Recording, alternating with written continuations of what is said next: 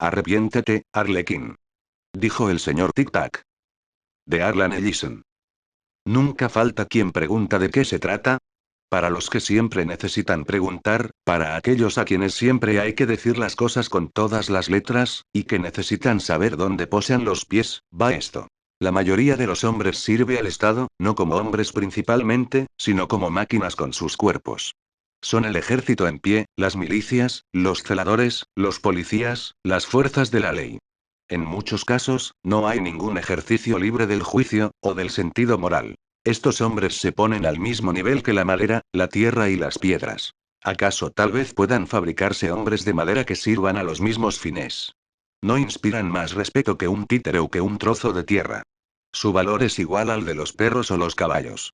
Sin embargo, se les suele considerar buenos ciudadanos. Otros, en su mayoría legisladores, políticos, juristas, ministros y funcionarios, sirven al Estado principalmente con su mente. Y, dado que muy rara vez hacen distinciones morales, son tan proclives a servir al diablo, sin quererlo, como a Dios. Muy pocos, como los héroes, los patriotas, los mártires, los reformistas en el sentido más elevado, y los hombres, sirven al Estado también con sus conciencias, y así, necesariamente, se le oponen casi constantemente. Por lo general, el Estado suele tratarlos como a enemigos. Henry David Thoreau, desobediencia civil. Allí está la raíz de todo. Ahora comencemos por el medio, y luego sepamos el principio. El final se encargará de sí mismo.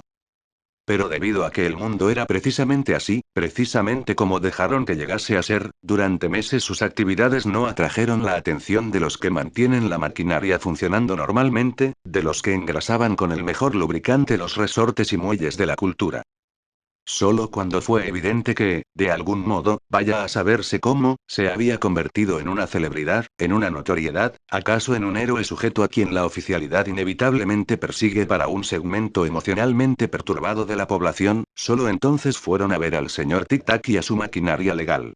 Pero, por ser el mundo como era y porque no tenían forma de predecir que él llegaría a existir, posiblemente un rebrote de alguna enfermedad erradicada largo tiempo atrás que ahora volvía a surgir en un sistema donde la inmunidad había quedado en el olvido, posiblemente por eso se le había dejado adquirir demasiada realidad. Ya tenía forma y sustancia. Había adquirido una personalidad, algo que había erradicado del sistema muchas décadas atrás. Pero allí estaba, con su personalidad insoslayable y definida. En ciertos círculos, de la clase media, se lo consideraba una vulgar ostentación.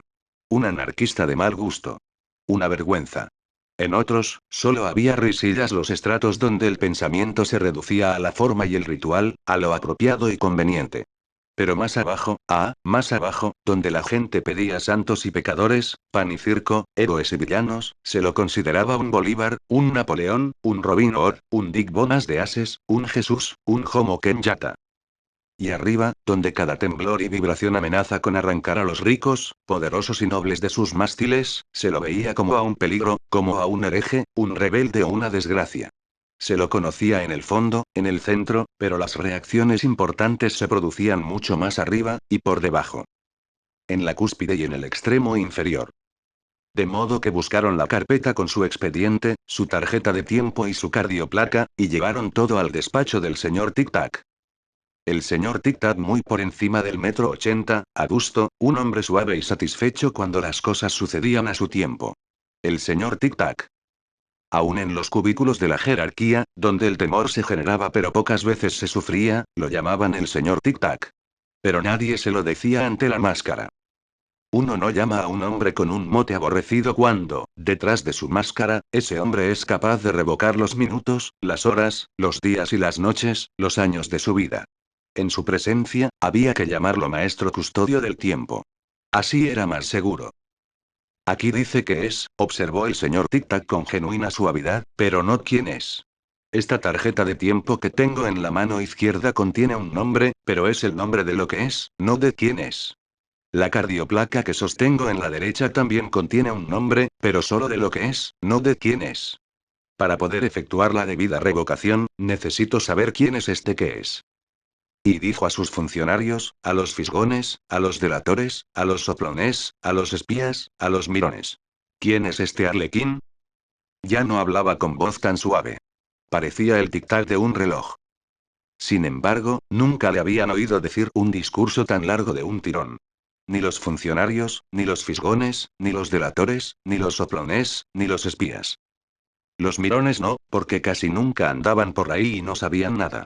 Pero incluso ellos salieron disparados a averiguarlo. ¿Quién era el Arlequín? En lo alto, sobre el tercer nivel de la ciudad, se acurrucó sobre la plataforma vibrante, de marco de aluminio, de la aeronave BA. Aeronave, las cosas que hay que oír. Es un aeropatín que parece una coctelera. Barato y mal acabado. Y observó el minucioso diseño Mondrian de los edificios. Cerca de allí, oyó el metronómico izquierda del turno de las 14:47 que ingresaba en la planta de Ruleman Stimkin, todos ataviados con zapatillas de suela de goma. Precisamente un minuto después, oyó el derecha, algo más suave, del turno de las 5 que terminaba la jornada. Una sonrisa traviesa surcó sus rasgos bronceados y por un instante se le vieron los hoyuelos. Luego, mientras se rascaba la cabellera tupida y castaña, se encogió de hombros bajo el disfraz de bufón, como si se preparara para lo que vendría. Empujó el mando hacia adelante y se inclinó hacia el viento cuando la aeronave perdió altura. Casi rozó una acera, y con toda deliberación lo hizo descender 1 metro para arrugar las borlas de las peripuestas damas, y tras meterse los pulgares en las inmensas orejas, asomó la lengua, miró hacia arriba y se burló de ellas sin ningún rubor. Se divirtió un poco. Una transeúnte perdió el equilibrio y cayó, lanzando paquetes a diestra y siniestra. Otras mojó la ropa, una tercera se desmayó y cayó de lado. La cinta peatonal se detuvo automáticamente cuando intervinieron los socorristas para resucitarla. Se divirtió otro poco. Luego giró sobre sí y se alejó montado en una ráfaga errante. Hasta luego. Rodeó la cornisa del edificio de estudio sobre la traslación del tiempo, y vio que el turno de empleados partía para abordar la cinta peatonal. Con desplazamientos experimentados y absoluta conservación del movimiento, se introducían de lado en la banda lenta y en una coreografía que recordaba una película de Busby Berkeley de la antediluviana década del 1930. Avanzaban a través de las cintas con paso de avestruz hasta que quedaban alineados sobre la cinta expreso. Una vez más, expectante, dejó asomar la sonrisa de duende. En el lado izquierdo, al fondo, le faltaba una muela. Perdió altura, se abalanzó sobre ellos y barrió el aire sobre sus cabezas. Luego, apretujándose dentro de la aeronave, soltó las hebillas que aseguraban los extremos de los sacos de factura casera para que la carga no cayese antes de tiempo.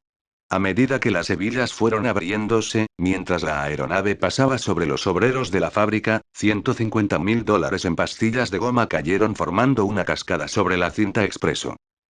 Pastillas de goma. Miles de millones de caramelos púrpura, amarillos, verdes, con sabor a uva, fresa y menta, redondas, suaves, azucaradas por fuera, tiernas y carnosas por dentro, dulces y sabrosas. Saltando, sacudiéndose, rebotando, tintineando, repiqueteando, cayeron sobre las cabezas, los hombros, los cascos y las corazas de los obreros de la planta Timken, ensordecedoras, saltarinas y resbaladizas sobre las cintas peatonales y bajo los pies, colmando el cielo con todos los tonos de la felicidad, la infancia y las vacaciones, cayendo copiosamente como una lluvia impenetrable, como una catarata sólida, como un torrente de color y dulzura que derramaba el firmamento para irrumpir en un universo de cordura y orden metronómico con la novedad medio lunática de lo inverosímil. Pastillas de goma. Los obreros del turno gritaron y rieron mientras los apedreaba el insólito granizo. Rompieron filas mientras las golosinas lograban abrirse paso por entre el mecanismo de las cintas. Se oyó un arañazo horripilante, como si millones de uñas rasparan 1 millón de pizarras. Después, algo que pareció una tos y un escupitajo. De pronto, las cintas se detuvieron y la gente salió disparada para aquí y para allá en un revuelo de piernas y brazos, mientras todo el mundo reía a mandíbula batiente y se arrojaba pastillitas de colorines a la boca. Era una fiesta, una dicha, una absoluta locura, un regalo. Pero el turno se retrasó 7 minutos. La gente regresó al hogar 7 minutos más tarde. El programa maestro llevaba un desfase de 7 minutos. Durante 7 minutos, las estimaciones de producción se retrasaron por culpa de las cintas peatonales detenidas.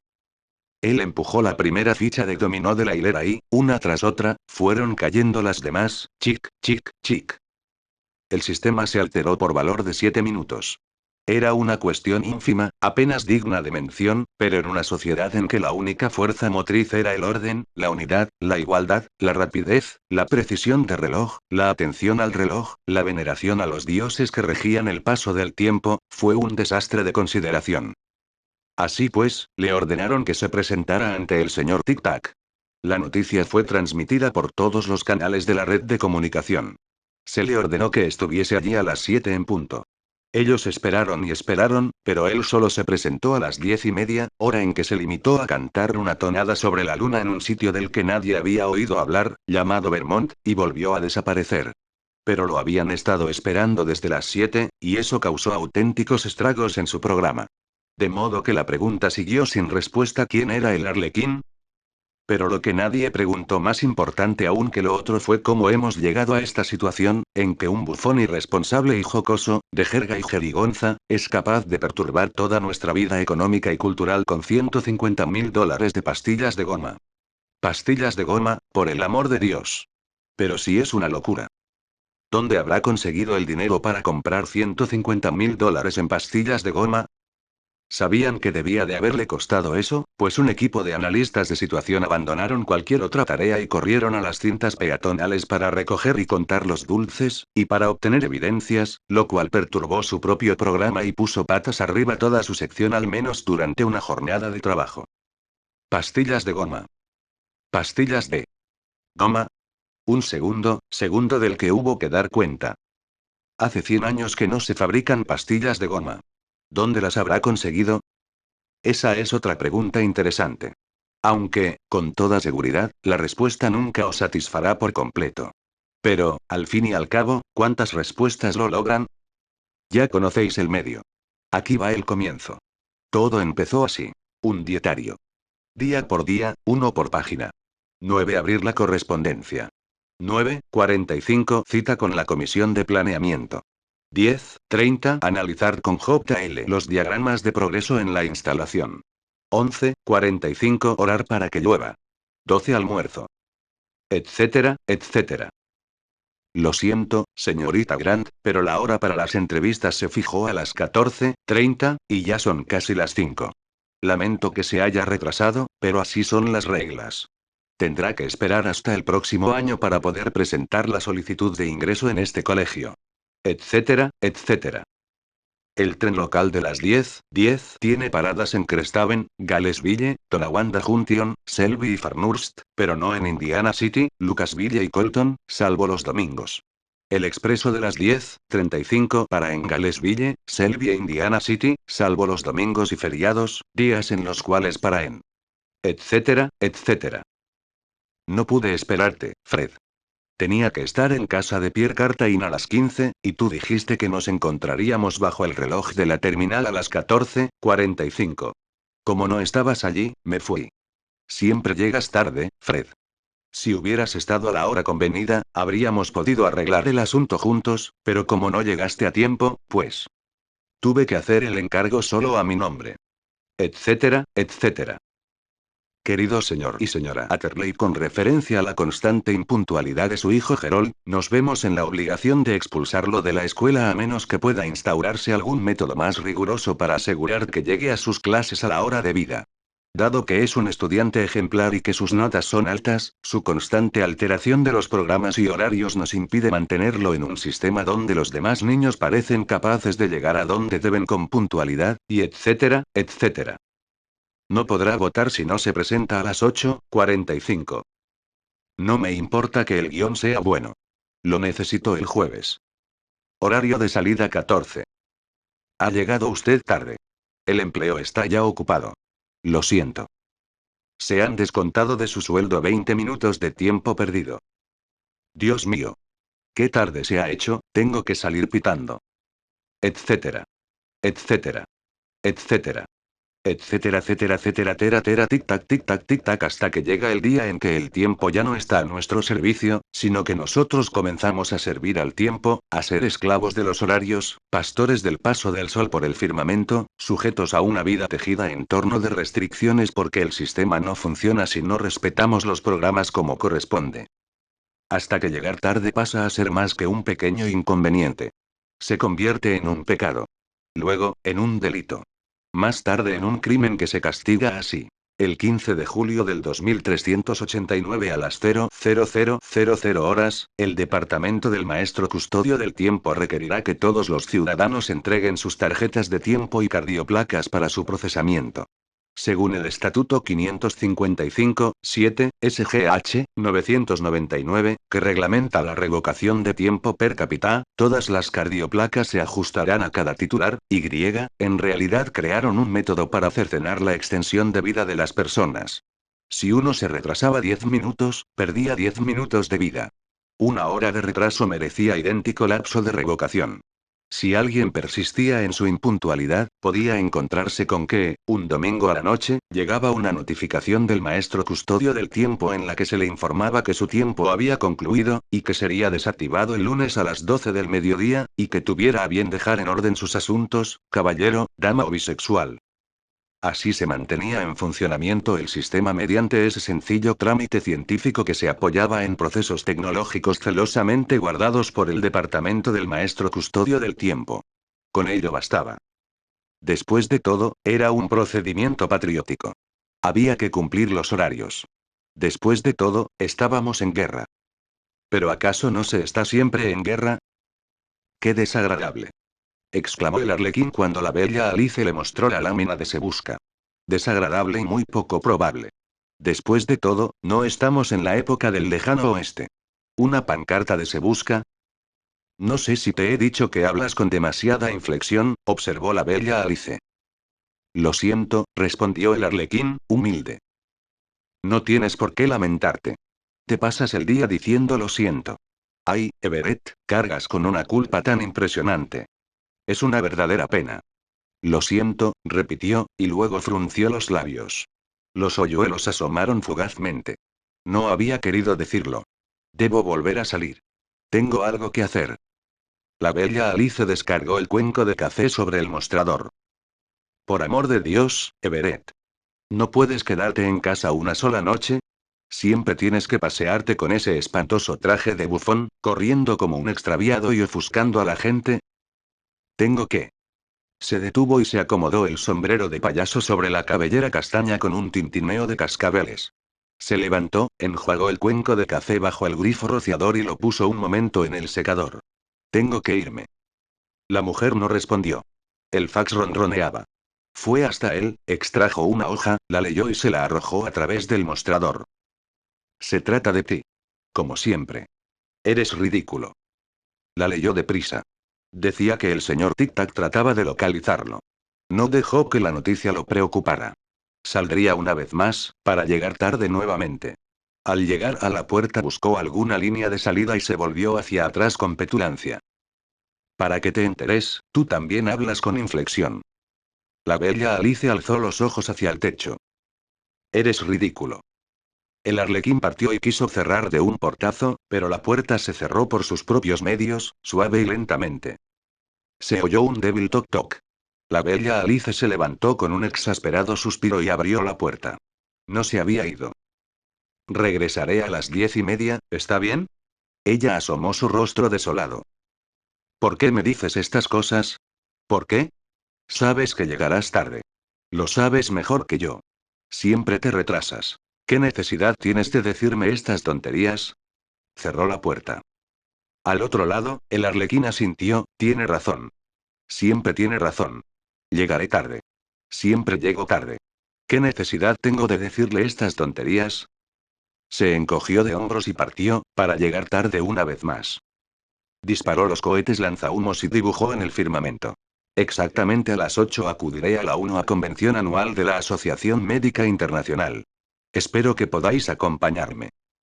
Las palabras ardieron en el cielo, y, desde luego, las autoridades se presentaron para esperarlo.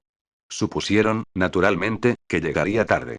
Llegó 20 minutos temprano, mientras sujetaban las redes que debían atraparlo. Les habló por un altavoz estruendoso que los sobresaltó y los sacó de quicio. Tanto, que sus propias redes pegajosas se cerraron sobre ellos y los dejaron pendiendo por encima del anfiteatro, entre pataleos y aullidos. El Arlequín empezó a reír, y se disculpó profusamente. Los médicos, reunidos en cónclave solemne, estallaron en carcajadas, y aceptaron las disculpas del Arlequín con exageradas inclinaciones de cabeza y reverencias. Todos se divirtieron a más no poder y pensaron que el Arlequín era un payaso de calzón y farala. Todos, claro está, menos las autoridades, que habían sido enviadas por orden del señor Tic-Tac, y que quedaron colgando como carga a la estiva sobre el suelo del anfiteatro, del modo más inapropiado. En otra parte de la misma ciudad donde el Arlequín efectuaba sus actividades, sucedía algo totalmente ajeno a lo que aquí nos concierne, pero que, sin embargo, ilustra el poder y la coerción del señor Tic-Tac. Un hombre llamado Marshall de la Anti recibía su aviso de desactivación del departamento del señor Tic-Tac. Su esposa tomó la nota de manos del empleado de traje gris que había ido a entregarla, con la tradicional expresión de condolencia estampada horrorosamente en el rostro. La mujer supo de qué se trataba aún antes de abrirla. Era una esquela que, en esos días, todos reconocían de inmediato. Contuvo el aliento y la sostuvo lejos de su cuerpo como si se tratara de un portaobjetos impregnado de botulismo. Oró porque no fuese para ella. Que sea para Marsh, pensó, con brutalidad y realismo, o para alguno de los niños, pero no para mí. Dios santo, por favor, que no sea para mí. Entonces la abrió, y era para Marsh. La mujer sintió alivio y espanto al mismo tiempo. La bala había dado al soldado de atrás. Marshall, gritó, Marshall. Te desactivarán, Marshall. Ay Dios mío, Marshall, ¿qué haremos Marshall? ¿Qué haremos Dios mío? Y esa noche, en su casa, solo se oyó el ruido del papel hecho trizas, y el ruido del miedo, y por las chimeneas solo subió el olor a desesperación. No había nada, absolutamente nada que pudieran hacer. Pero Marshall de la Anti trató de escapar. Y al día siguiente, bien temprano, cuando llegó el momento de la desactivación, estaba en lo más profundo del bosque canadiense, a 320 kilómetros de allí. El departamento del señor Tic-Tac desactivó su cardioplaca, y Marshall de la Anti se hincó doblado en dos, mientras corría. El corazón se le detuvo y la sangre se secó durante el trayecto al cerebro. Se murió. Eso fue todo. Sobre el mapa que había en el departamento del maestro custodio del tiempo, se extinguió una lucecita, mientras la notificación entraba en proceso para ser reproducida por facsímil. El nombre de Georgette de la Anti fue sumado a las listas de los beneficiarios con el socorro asistencial hasta que pudiera volver a casarse. Con esto termina la digresión, y todo lo que había que aclarar, pero no os riáis, pues es lo que le sucedería al Arlequín si alguna vez el señor Tic-Tac descubría su nombre verdadero. No tiene nada de gracioso. El nivel comercial de la ciudad brillaba, abigarrado con los colores que la gente usaba los jueves para ir de compras: mujeres con túnicas amarillo canario, y hombres con trajes pseudo-tirolés, de cuero y color jade, que les sentaban muy ajustados, salvo por los pantalones bombachos. Cuando el Arlequín apareció en la cúpula aún en construcción del nuevo centro de compras eficientes con el altavoz sobre los labios sonrientes, todos los señalaron, boquiabiertos. Pero él los amonestó. ¿Por qué dejáis que os manden como a esclavos? ¿Por qué dejáis que os hagan correr y apresurar como hormigas? Tomaos vuestro tiempo. Entreteneos por ahí un rato. Disfrutad del sol, de la brisa, dejad que la vida os conduzca a vuestro propio ritmo. No seáis esclavos del tiempo, es una forma diabólica de morir lentamente, poco a poco. Fuera el señor Tic-Tac. ¿Quién será ese lunático? Se preguntaron casi todos los clientes. ¿Quién será ese lo? Ay, Dios, debo darme mucha prisa, o llegaré tarde. Los obreros que trabajaban en la cúpula del centro comercial recibieron un aviso del maestro custodio del tiempo. En él se les decía que el peligroso criminal conocido como Arlequín se encontraba en lo alto de la torrecilla, y que debían prestar su ayuda con suma urgencia para capturarlo. Los obreros se negaron, perderían tiempo previsto para el programa de la construcción. Pero el señor Tic-Tac se las arregló para mover los hilos gubernamentales precisos. Se les ordenó que dejaran el trabajo y que atraparan a ese loco que había en la torre, a través de un altavoz. Así pues, unos 12 hombres robustos comenzaron a trepar por los andamios, con las placas antigravedad, hacia el Arlequín. Después del desorden desastroso durante el cual no hubo víctimas graves, gracias a la consideración del Arlequín por la seguridad personal, los obreros trataron de organizarse y apresarlo, pero fue demasiado tarde. Se había esfumado. Con todo, logró atraer a una multitud nada desdeñable, y el ciclo de compras previsto se demoró durante horas y horas. Así, las demandas de compras del sistema se vieron retrasadas y hubo que tomar medidas para acelerar el ciclo durante el resto de la jornada. Pero como el primer ciclo se retrasó y luego se adelantó, se vendieron demasiadas válvulas de flotador y no suficientes cojinetes, lo cual provocó un fallo en las estimaciones, lo cual, a su vez, hizo necesario enviar cajas y más cajas de Smash, cero perecedero a tiendas que por lo general solo necesitaban una cada 3 o 4 horas. Los envíos se trastocaron, en los transbordos se confundieron los destinos, y, por fin, hasta la industria de los aeropatines sufrió las consecuencias. No volváis hasta que no lo hayáis capturado, dijo el señor Tic-Tac con voz muy serena, muy sincera, extremadamente peligrosa. Usaron perros. Usaron sondas. Usaron entrecruzamientos de cardioplacas. Usaron señuelos. Usaron el soborno. Usaron la delación. Usaron la intimidación. Usaron tormentos. Usaron torturas. Usaron servicios de bribones y de policías. Usaron pesquisas. Usaron celadas. Usaron incentivos. Usaron huellas dactilares. Usaron el sistema Bertillón. Usaron astucias, culpas y traiciones. Usaron a Raoul Midgon, pero no les sirvió de gran cosa. Usaron la ciencia aplicada. Usaron técnicas de criminología. Y, ¿qué demonios? Al final lo atraparon. Al fin de cuentas, su nombre era Everett C. Marm, y no era gran cosa, solo un hombre sin sentido del tiempo. Arrepiéntete, Arlequín, dijo el señor Tic-Tac. Vete a la mierda, replicó el Arlequín, desdeñoso. Tus retrasos suman un total de 63 años, 5 meses, 3 semanas, 2 días, 12 horas, 41 minutos, 59 segundos. 03611 microsegundos. Has empleado todo lo que tenías, y más aún. Voy a desactivarte. Vete a asustar a otro. Prefiero morir antes que vivir en un mundo opaco con un hombre del saco como tú, es mi trabajo. Te sale hasta por las orejas. Eres un tirano. No tienes derecho a mandar a las personas como si fueran esclavos y a matarlas cuando llegan tarde. No puedes adaptarte. No encajas en el sistema. Suéltame, y verás cómo te encajo el puño contra los dientes. Eres un inconformista. Eso antes no era ningún delito. Pues ahora lo es. Vive en el mundo que te rodea. Lo odio. Es un mundo atroz. No todos comparten tu opinión. A casi todo el mundo le gusta el orden.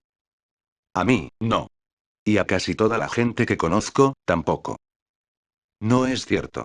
¿Cómo crees que te capturamos? No me interesa saberlo. Una chica llamada Bella Alice nos dijo dónde te encontrabas. Mentira. Es cierto. Tú la sacas de quicio. Quiere formar parte de la sociedad, quiere sentirse satisfecha. Voy a desactivarte. Pues entonces hazlo, y déjate de discusiones. No voy a desactivarte. Eres un imbécil. Arrepiéntete, Arlequín, dijo el señor Tic-Tac. Vete a la mierda. Lo enviaron a Coventry. Y en Coventry lo programaron. Fue como lo que le hacían a Winston Smith en 1984, que era un libro del que ellos nada sabían, solo que las técnicas eran cosa muy antigua. Eso hicieron con Everett C. Marm. Así, un día, mucho tiempo después, el Arlequín apareció en la red de comunicación con aspecto de duende, hoyuelos y ojos brillantes. No parecía que le hubieran lavado el cerebro. Dijo que había estado equivocado, que era algo bueno, muy bueno, integrarse al sistema, ser puntual y no andar perdiendo tiempo por ahí. Todos lo miraron en las pantallas públicas que cubrían toda una manzana, de esquina a esquina, y se dijeron: ya ves, después de todo, no era ningún loco. Si así funciona el sistema, pues que siga haciéndolo. De nada sirve luchar contra la burocracia municipal, o, en este caso, contra el señor Tic-Tac. De modo que Everett C. Marm fue destruido, lo cual fue una verdadera lástima, por lo que Torreau dijo antes, pero nadie puede hacer una tortilla sin romper los huevos, y en toda revolución mueren unos cuantos que no lo merecen. Así va la cosa. A veces sucede, y uno se conforma solo con poder imponer un pequeño cambio. O, para decirlo más explícitamente. Perdóneme, señor. No sé cómo. Decírselo, pero ha llegado 3 minutos tarde. El horario se nos ha, digamos, desequilibrado. Sonrió con aire avergonzado. Ridículo, murmuró el señor Tic-Tac por detrás de la máscara. Haga revisar su reloj. Y se marchó a su oficina, de lo más